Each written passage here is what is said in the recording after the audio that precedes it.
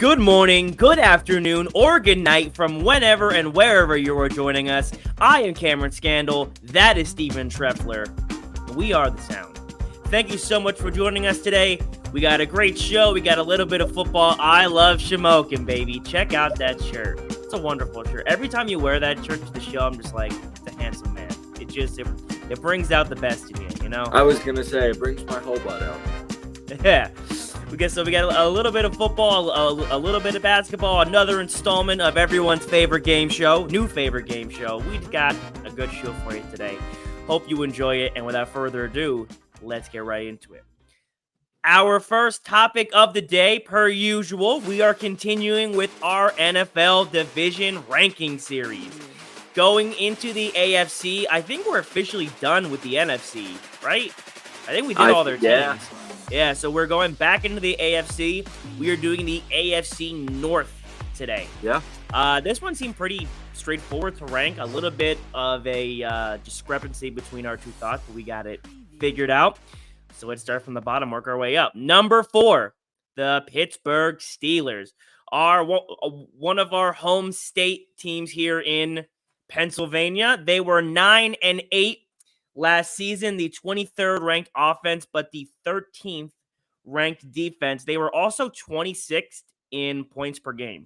I am not a super big Kenny Pickett guy. I don't think he's going to be I don't think he's going to get much better than what we've already seen. Maybe little improvements here and there, but not franchise starting quarterback. The Steelers for forever have been a defensive franchise. They're a defensive-minded team. Mike Tomlin is a defensive coach, but they need an offense. Like, they don't need a defense. Their defense last season and their adjustments this year have all been to the defense, and that's fine. They should be about the same, maybe even a little better. And actually, I was reading some reports from their training camps and stuff. The defense is winning the practices. Like, they've gone in the full pads and are doing offense versus defense, and defense is winning 85% of the time in their scrimmages. So I just think right now Mike Tomlin is the strongest point on that team. Najee Harris still had a good season last year, but I don't think, again, kind of like Pickett, I don't think we're going to see a much higher level of Najee Harris, but Mike Tomlin is the best part of that franchise. And again, he's a defensive coach. They need to improve the offense. TJ Watt, I guess. There you go. TJ Watt might be the best. I was like, why are you giving me that face? Yeah, TJ Watt. Forgot about him. But again, that's that's defense. Mike Tomlin is a defensive coach. What I was trying to get at was that that's obviously not where they need to get better, and they don't have enough to be better to make huge improvements to move up on this list. So I think without a doubt, they're the worst team in this division. TJ Watt last year, before he got injured, was on a tear. He was looking in, defensive player of the year form.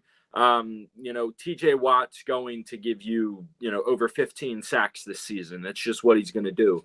He's going to disrupt the ball on the defensive side. But as far as on the offense, George Pickens, I've been hearing a lot of big talk about him at the wide receiver position. Yeah. But as you and me have always said, you need a person to be able to get you the ball.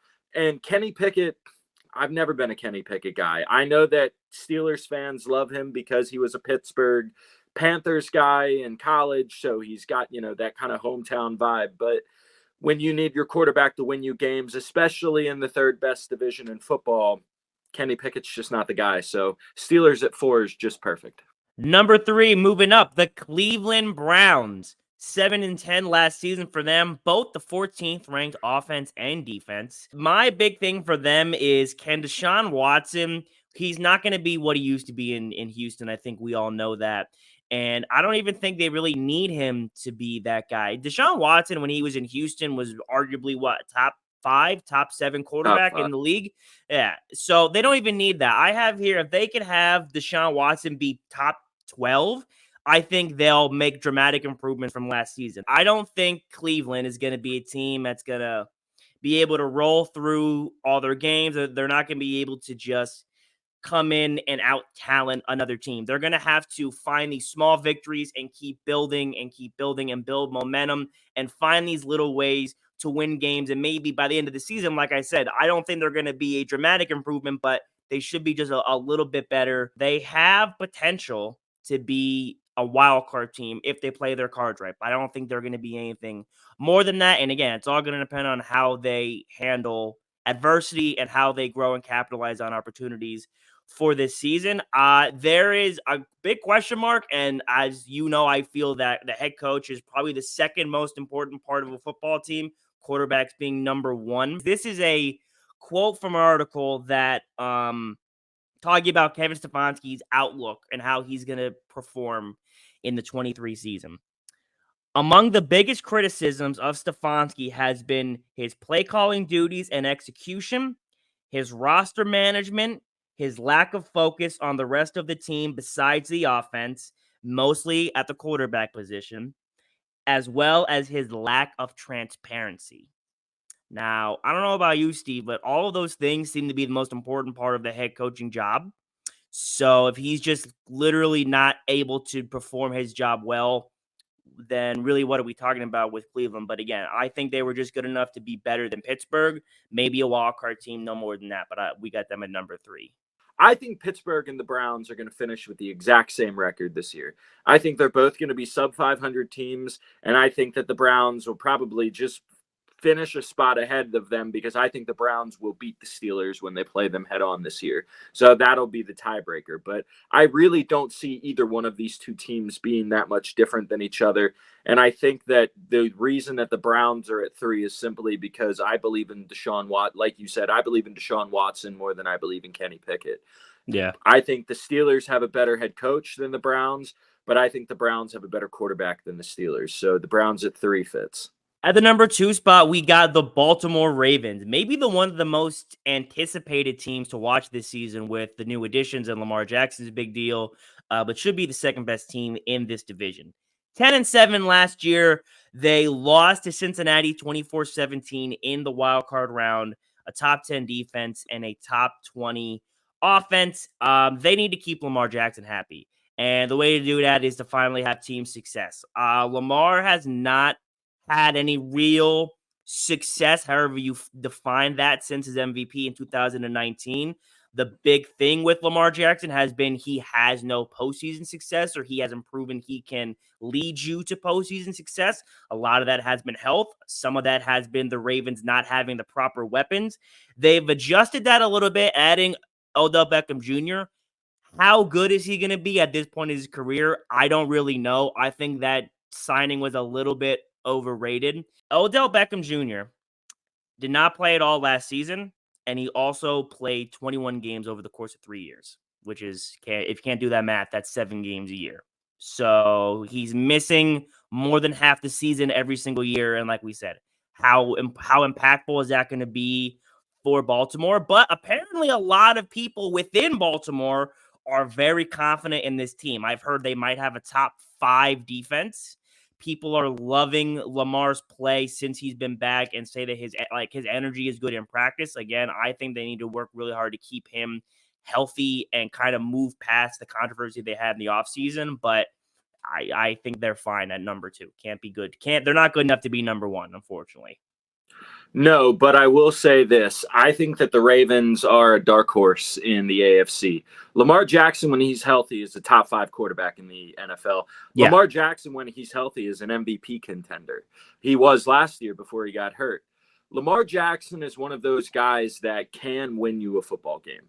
He can go out there and win you games. Now, the question is postseason, like we've said.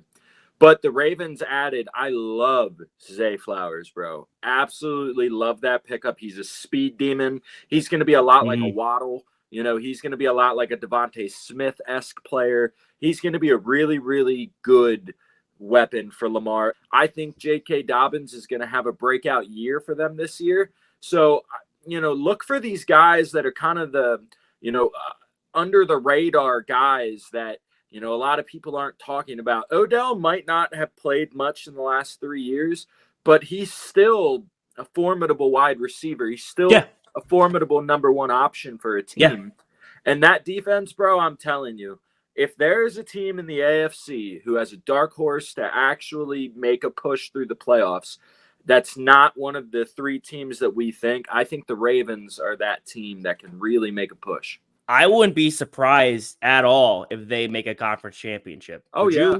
I No, wouldn't be shocked by that at all. Yeah, no. Lamar just needs to stay on the field. He just needs to stay healthy, needs to stay happy, and then need to start achieving some success again. However you define success, Lamar needs something. Yeah. Needs something to boost up his confidence. So we got Baltimore at number 2, and obviously this was an easy pick. We all knew who was going to be number 1. The Cincinnati Bengals might be, actually no, probably are a top 3 team in the NFL. I think undoubtedly. Yes. 12-4 last season, lost in the conference championship to Kansas City 23-20. 8th overall offense, the 16th overall defense. They just need to kind of keep on keeping on. Like I said about Jalen Hurts, people always talk about how Jalen Hurts needs to improve, taking another step. And I've said, wait, what more do you want from him? He was the second, third best quarterback in the league. He's already doing great things. Kind of the same thing for Cincinnati. It's like, just keep doing what they've been doing. They're one of the best offenses in the NFL. They have one of, if not the best receiving core in the NFL. Joe Burrow is the third best quarterback in our opinion in the Yes. NFL. But now it's really, is Joe Burrow's health a concern? He's supposed to only miss a few weeks. Like, he's still good to suit up for week 1. But there's been conversations on if he should suit up for week 1 and if he should take more time, because we don't really know a whole lot of details about this injury. Now, it's not like it's super severe, but you don't want to take any kind of chances. Yeah. So like Zach Taylor has just said, he's several weeks from being 100%, but still good to start week 1. We'll see if that develops in anything. But again, Steve, this was a very clear-cut number 1 for us in this division. The Bengals being a number 1, it's mind-blowing to me, because all I've ever known the Bengals for was Andy Dalton and not being great. Yeah. So, yeah. And PJ Hujmanzada, which people like to play names with his last name. Who's your mama? Hujmazu, yeah. Yeah, exactly. Hujmazuma. So, yeah. There's a lot of things with the Bengals that I just get the warm fuzzies about, because I think that as a franchise, I was a Joe Burrow doubter. I'll be the first person to admit that. I was not a Joe Burrow guy in college. I threw a lot of shade at him and said that he was a product of a great system at LSU, that the receivers he had around him made him look great.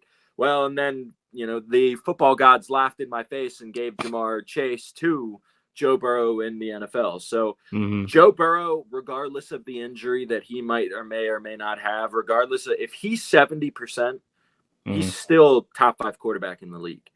Joe Burrow is the kind of guy that changed this franchise around and now has them being every year a Super Bowl contender. So I think that there's a very, very good chance. I have them going to the Super Bowl this year. Yeah. And I've said this on the show a lot. I think, especially in the NFL, it's super hard to replicate high-level success. It's hard to, like you've said before, be this amazing player, all-American player in college, and then come into the NFL and do the same thing. Joe Burrow has done that. Joe Burrow knew what winning was before he got here. He knows how to be a great leader. And Joe Burrow has already achieved a lot at a young age in terms of, like, just the fact that we're talking about him in this sense and we know what he can do. There's no question marks. We have the same confidence he does in himself. And like you said, this Bengals team before Joe Burrow was like, they were a joke. Trash. And now, he comes in and immediately is changing and is turning this franchise around. To a Super Bowl in his second year. Yeah. And his rookie year, he was hurt. So we really don't, if that doesn't happen, maybe he does some of these things sooner. So yeah, the Bengals are just all over the right trajectory. Like I said, we have Joe Burrow as the third best. A lot of people have him as the second best quarterback in the NFL. Debatable, that's fine. But the Bengals are, like we said, the easy spot for leading the AFC North.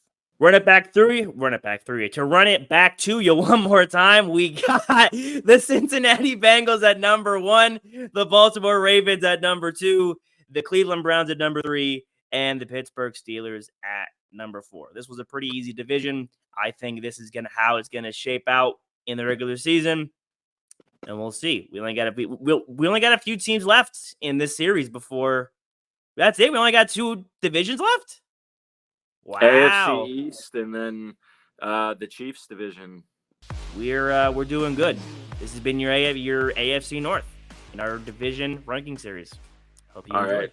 Moving on to our next topic, it is time for everyone's new favorite game show, Who Is That?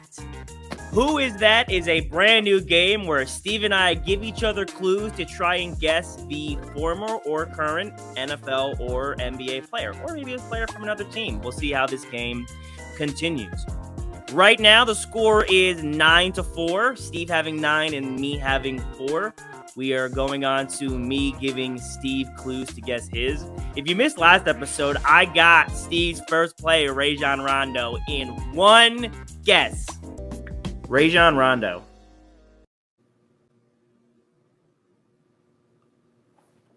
Get out of here. Tell me I did it. Let's go. Let's go. It was amazing. Who is that history? Steve, I think I have a really good one for you today.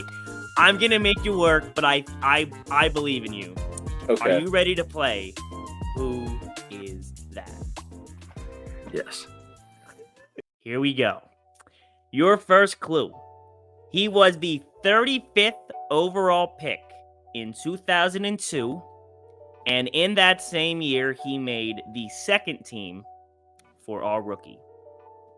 So he made second team All-Rookie in 2002, the 35th overall pick, which would be the 15th pick of the second round. Yep. Carlos Boozer.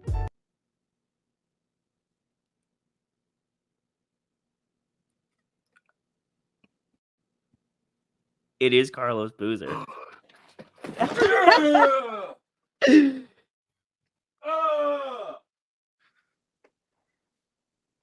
Wow. I just want the sports world to know who we are. Last week, my co-host nails my guess in one. This week, I nail his guess in one. Yep. We don't tell each other who these are. Just to make it perfectly clear to the world. We just know sports. Yep. I thought this was real. I had such good clues. I'm a little disappointed that I don't get to. I'm still regress on my clues. So That's how I felt with Rondo. yeah. So he was a 2-time All-Star in 2007 and 2008, and made an All-NBA third team in 2008. He's He the has only guy that I know that was drafted in 2002. That's literally why I guessed it. He has 1 bronze medal from 2004 and 2 gold medals from 2008 and 2011 or 2001. Excuse me. Played for 4 teams over 13 years. Retired in 2015 with the Cavs, Jazz, Bulls, and Lakers. And my last clue, which I was hoping would give it away, not hoping, but I assume was going to give it away, won a college national title in 2001 with the Duke Blue Devils. Wow. So, well, last time this happened, you gave me another one. So now do I have to give you another one? You can. You just have to come up with one. I know. I had some other ones floating around in my head. Odds? What are the odds of this happening? What are the odds that 2 weeks in a row, you and me just, boop, Yep. just know? Wow. It took me so long to pick Carlos Boozer. It took me so long. Vindication. I now know what it feels like to be standing on top of a mountain with a big dick. Like, I need to think of another one. I just need to. All right, so let's try this again. We're gonna do a bonus round because I refuse to be beaten in one clue, just like you did. So let's try this again. Are you ready? yes. Okay. He was the 7th overall pick in the 1985 draft.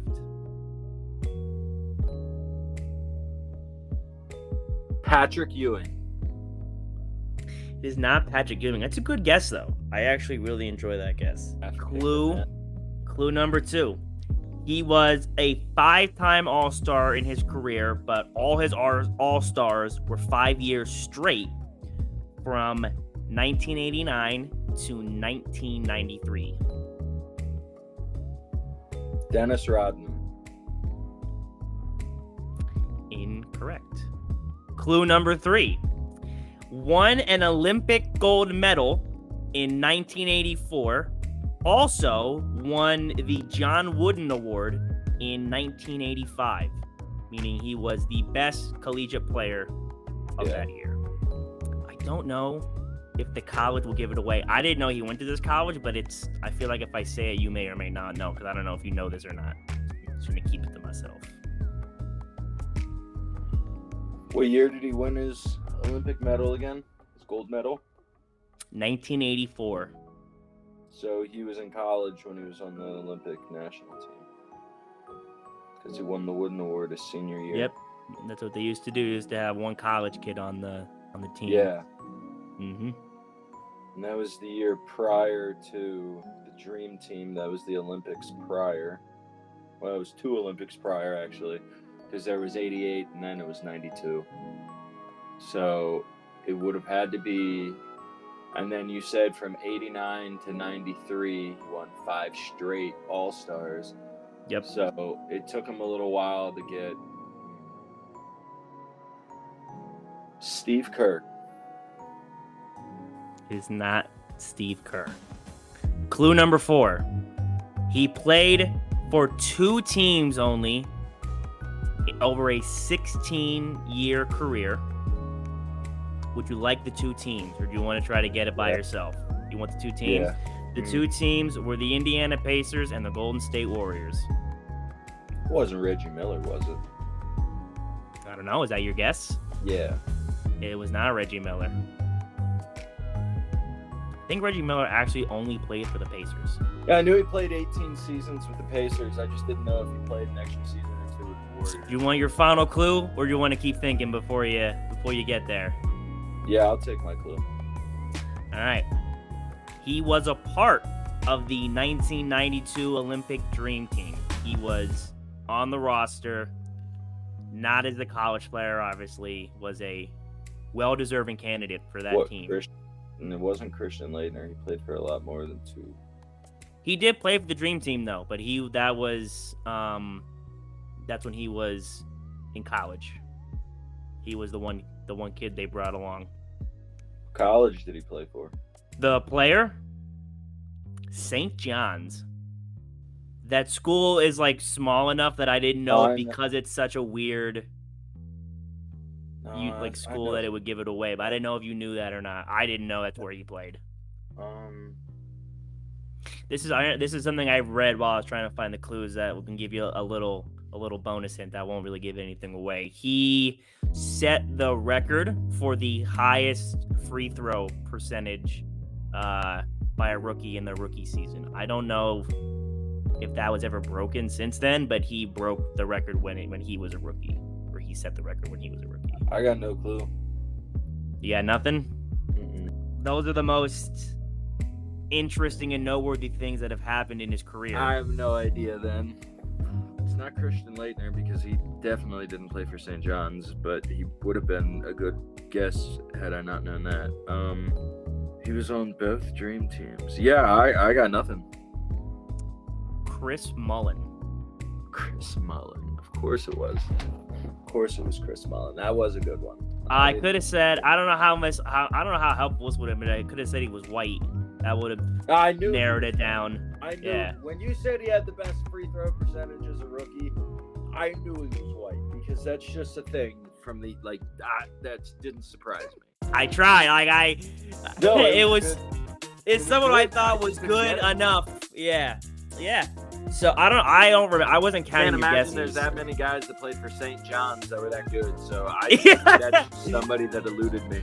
Yeah, no, but I tell you what, good for you, man, for getting Carlos Booth. You really shattered my dreams when you got it in one guess. I was like, these are good clues. I was so confident, but that's the game. I don't know how many guesses you had for your final score. Yeah, it'll be up on the screen at some point. I'll figure it out. But hey, it's our 3rd edition of Who Is That? Everyone's new favorite game show. Having a great time. We will eventually venture into other sports. They will not always be NBA players. But hey, we appreciate you being here for Who Is That? For our final topic of the show, we're going to talk about something that happened the other night, August 12th. The NBA inducted 5 new members into the Hall of Fame, well, more than 5, but the 5 most important members of this 2023 Hall of Fame class. Coach Greg Popovich, Pau Gasol, Dwayne Wade, Dirk Nowitzki, and Tony Parker. These guys are obviously Hall of Famers, really high regard amongst all NBA players in terms of just the media, their peers, what they've achieved, what they've accomplished. So this is a really good class. All these guys have really good impacts and legacies. So we thought it was deserving that we kind of talk about them, give you a brief overview of their legacies, what they've achieved, and give some historical context to why it is they were making the Hall of Fame. So let's start off with the coach, Greg Popovich, multiple-time champion, multiple-time gold medalist, regarded as one of, if not the greatest coach in NBA history. You could argue if you want Phil Jackson or Pat Riley or whoever, Greg Popovich is in that conversation. One of the greatest coaches of maybe just sports, period. And it's easy to win with the likes of Tim Duncan and David Robinson and Parker Ginobili, so on and so forth. But what made Greg Popovich so important and so impactful to NBA history is that even at the times where there was the Aldridge and DeRozan era, when it was just Kawhi and aging Tony Parker and Tim Duncan, they were still consistently making the playoffs. They had one of the longest active playoff streaks in the NBA. I don't know where it was in all of sports, but I know for sure the NBA. And he could take players of any caliber, of any level of talent that he had on the team and make a postseason run. Maybe not deep, but they are making the playoffs. That is not something that all coaches can do. We say that a lot with Eric Spoelstra, how that makes him one of, if not the best coach in the sport right now. So, Steve, without a doubt, Greg Popovich, as I said, one of the greatest coaches in NBA history, maybe all of sports history.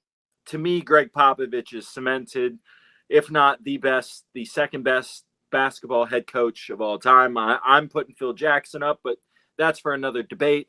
Yeah, sure.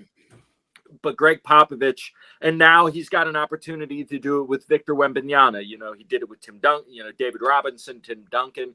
Now he's got another number 1 overall pick who's supposed to be this generational superstar. So, Greg Popovich, even in today's world, I know there was a lot of talk that people thought he should retire at the end of the season, let a new coach come in and coach Wembanyama, and then he turns around and signs a 5-year contract. So Greg Popovich, if he's known for anything recently, it's being a little outlandish and a little, I'm doing it my way, and if you don't like it, that's the way it is. But you know what? Very funny.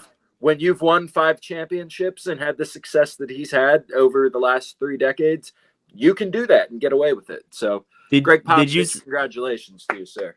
Yes, absolutely. Give you a little round of applause. Well deserved. Did you see the clip of him from his speech where they try to get him off the stage? He's like, I'm not done. This is my time. I've waited for this. Thank you for your patience, but that's the first reason why I'm standing here. The second reason involves one word, so it's going to be quick. That's great, huh? One word, and that word is duh.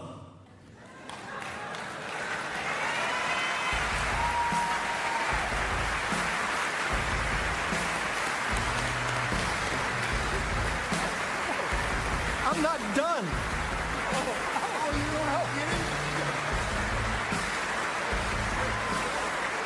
I've been waiting for this a long time. I'm not done. I didn't say duh was the end. I just said there's one word to describe why I'm here, and that's duh, those guys. He's just so funny. He's so personable. He's a great guy, obviously a great coach. So, yeah, well-deserving Greg Popovich being inducted into this class. Let's talk about Dwayne Wade real quick. As I just said, I have him as a top 20 player of all time.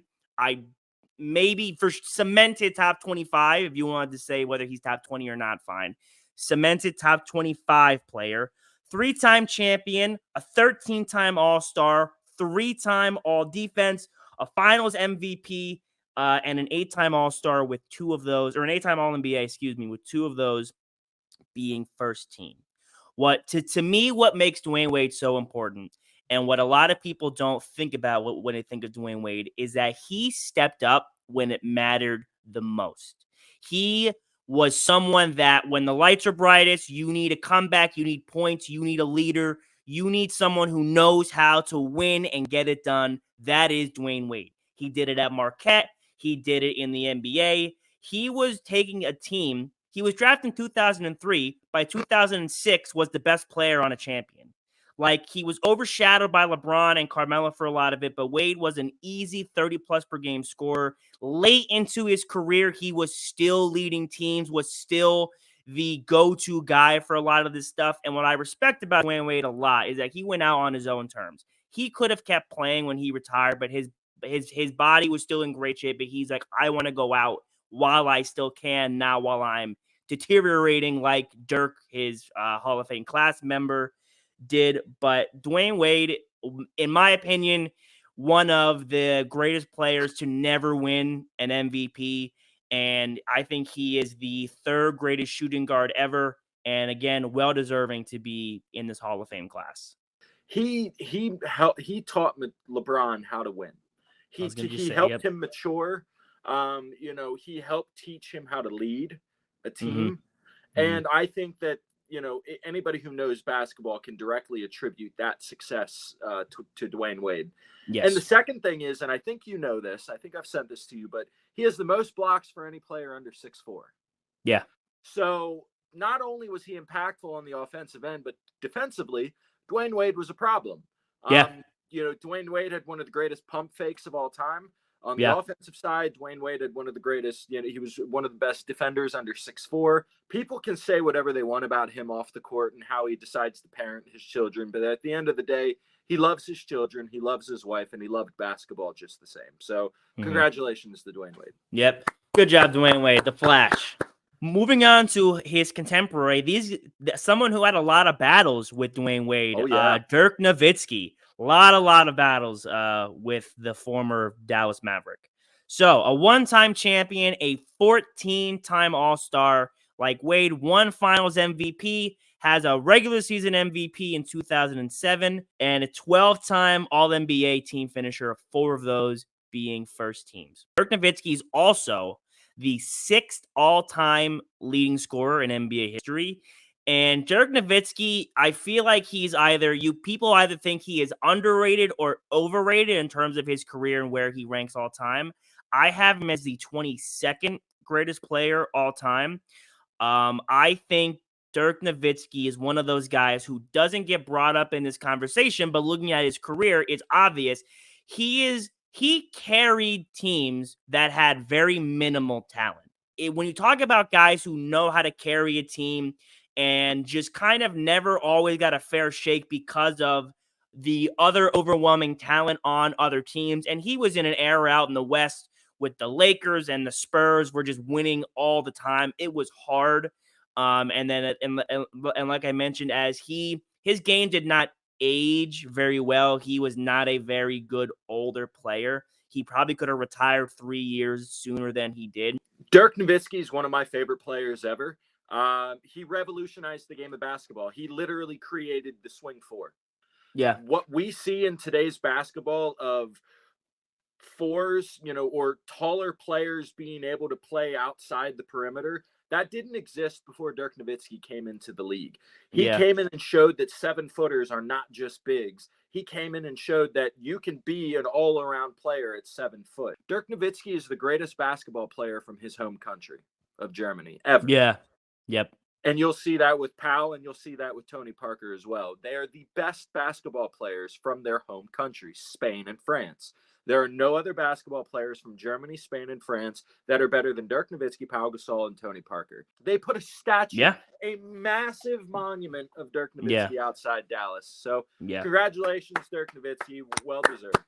Yep. Good job, Dirk. Would you say Pau Gasol is a greater legacy than Tony Parker? Yes. Yeah, okay. Me too. All right. So let's talk about Pau Gasol real quick. A 2-time champion, a 6-time All-Star. He has no All-NBA or no All-Defensive teams, which I thought was a little bit interesting. He has 4 All-NBA teams, no first teams, all second and third teams. And Pau Gasol, not someone we think about a whole lot when you think of like all-time great just players in general. Probably one of the 10 best players at his position. Yeah. Could be argued, I would say. People forget about, being the second best player on a finalist is not nothing next to Kobe Bryant. Pau Gasol had a long and versatile career with things he could do. Another Dirk type player where it was like a big forward who could shoot, who could rebound, and was just a really, really good, like I said, second player on your team, was never good enough to really be the best player. Fun fact about Pau Gasol, he and Marc Gasol are the, I think, first and only pair of brothers to start off against each other in an All-Star game. That's pretty cool. Little piece of NBA trivia for you. Yeah. So Pau Gasol, again, another well-deserving player on this list. I don't hold Pau Gasol in very high regard, like I said, when it comes to all-time conversations. Not to throw shade to him, that's just how his career kind of shaked out. But nonetheless, still a very, very good player and very well-deserving to be in the Hall of Fame. The impact he made on that Lakers team, he definitely was by far the Robin on that team. He was the clear-cut Robin. Best Spaniard ever. You could argue between him and Marc Gasol. I pick Pau. I would pick Pau, yeah. So, good for Pau Gasol. He's a good person off the court. He's done a lot for basketball in his home country. So good for him. Congratulations, Pau Gasol. Yeah. And also to talk about how good of a guy Pau Gasol is, he stays in touch a lot with Vanessa Bryant. He does a lot for the Bryant family. He and Kobe were very close. So kind of doing his part and taking care of them as Kobe would have wanted. So good for Pau Gasol. Good part of this class. And again, like I said, very well deserved. Good for Pau Gasol. We just said about Pau Gasol not being in all-time conversations. I think Tony Parker is in all-time conversations even less. So to run through his career resume, a 4-time champion, 6-time All-Star. People forget a 1-time Finals MVP in 2007. Was left off the NBA Top 75 list with which some people I think had a hard time with. I didn't, but that's neither here nor there. And he was also a 4-time All-NBA player. No first teams for him as well. Tony Parker, when you look at his numbers, they don't jump out at you. You would never think by his numbers that he would be a Hall of Fame type of player, I don't think. But Tony Parker did a lot of things that numbers could not show you. Tony Parker was one of the best. I think Tony Parker probably had a skill set that he could have been one of the best players on the team, but maybe not the talent. He was a great passer. He's a good defender, had an excellent interior and mid-range game, was never a great deep shooter, but he was a great teammate. Tony Parker knew how to set other people up. Tony Parker knew how to defer to others. He elevated when it mattered most in the playoffs. Like if you look at his numbers, he goes from averaging 16, 17, 18 points a game in the regular season to averaging close to 25 or more. I think one season he averaged 28 and 7, which is pretty good, again, for someone who's not the main point of the offense. So Tony Parker, again, just doing a lot of things that if you didn't watch, you wouldn't know about. One of the best teammates and a really, really good all-time sidekick to Tim Duncan. So Tony Parker's last player we got here on this list. And when you look at his game, it's not going to jump out at you. It was smooth. It was simple. It was, there wasn't a lot of flash to what he did, but he knew how to use the pieces around him. And I think that's what makes Tony Parker so special is he was coachable. And he allowed Greg Popovich to teach him how to play, in the system. That system as a whole was one of the greatest dynasties that we've ever seen. He still was able to do enough with his game to make him a Hall of Famer. I'm not going to sit here and say that Tony Parker wouldn't have been a Hall of Famer without Greg Popovich, but there's a very good likelihood that he would not have been a Hall of Famer without Greg Popovich. So I have nothing bad to say about Tony Parker, and I've never had anything bad to say about Tony Parker. So greatest French basketball player ever, and an ambassador to his country, an ambassador to basketball, and, just a good person, in general. So congrats to Tony Parker. Hall of Fame class 2023. Congratulations to Greg Popovich, Dwayne Wade, Dirk Nowitzki, Pau Gasol, and Tony Parker. The 2023 Hall of Fame class. Other people as well, but they're the most important by far, and we salute them. Congratulations. That is going to do it for us today. It was a rocky show. You're not going to see it. It's going to be edited out, but mistakes were made today. There were some hiccups, but we got it done. Also, remember, we don't know when the next time is that we're going to be able to do a show. We're going to try and get one in for our fans this week on Wednesday, but stay tuned to that. Yeah, so we both have a lot of stuff going on this week. Going to be hard to find time to record. We will hopefully have another episode out, like Steve said, but we will see. We'll definitely have one again, probably by Sunday. We'll record at least, So it might be out a week at the most, but we'll see. We appreciate you being here today and being patient with us, and for coming back and staying in tune. And I know the reason people are staying in tune, Steve, is because of one thing only, and that is if you are ever in need of intelligent and cogent sports analysis, just listen to the sound. We will always have you covered. Thank you so much for being here with us today. Hope you enjoy watching our show. Have a good rest of your day. Stay safe, and we'll see you next time. Take care. Bye-bye. Listen to the sound. I listen to the sound.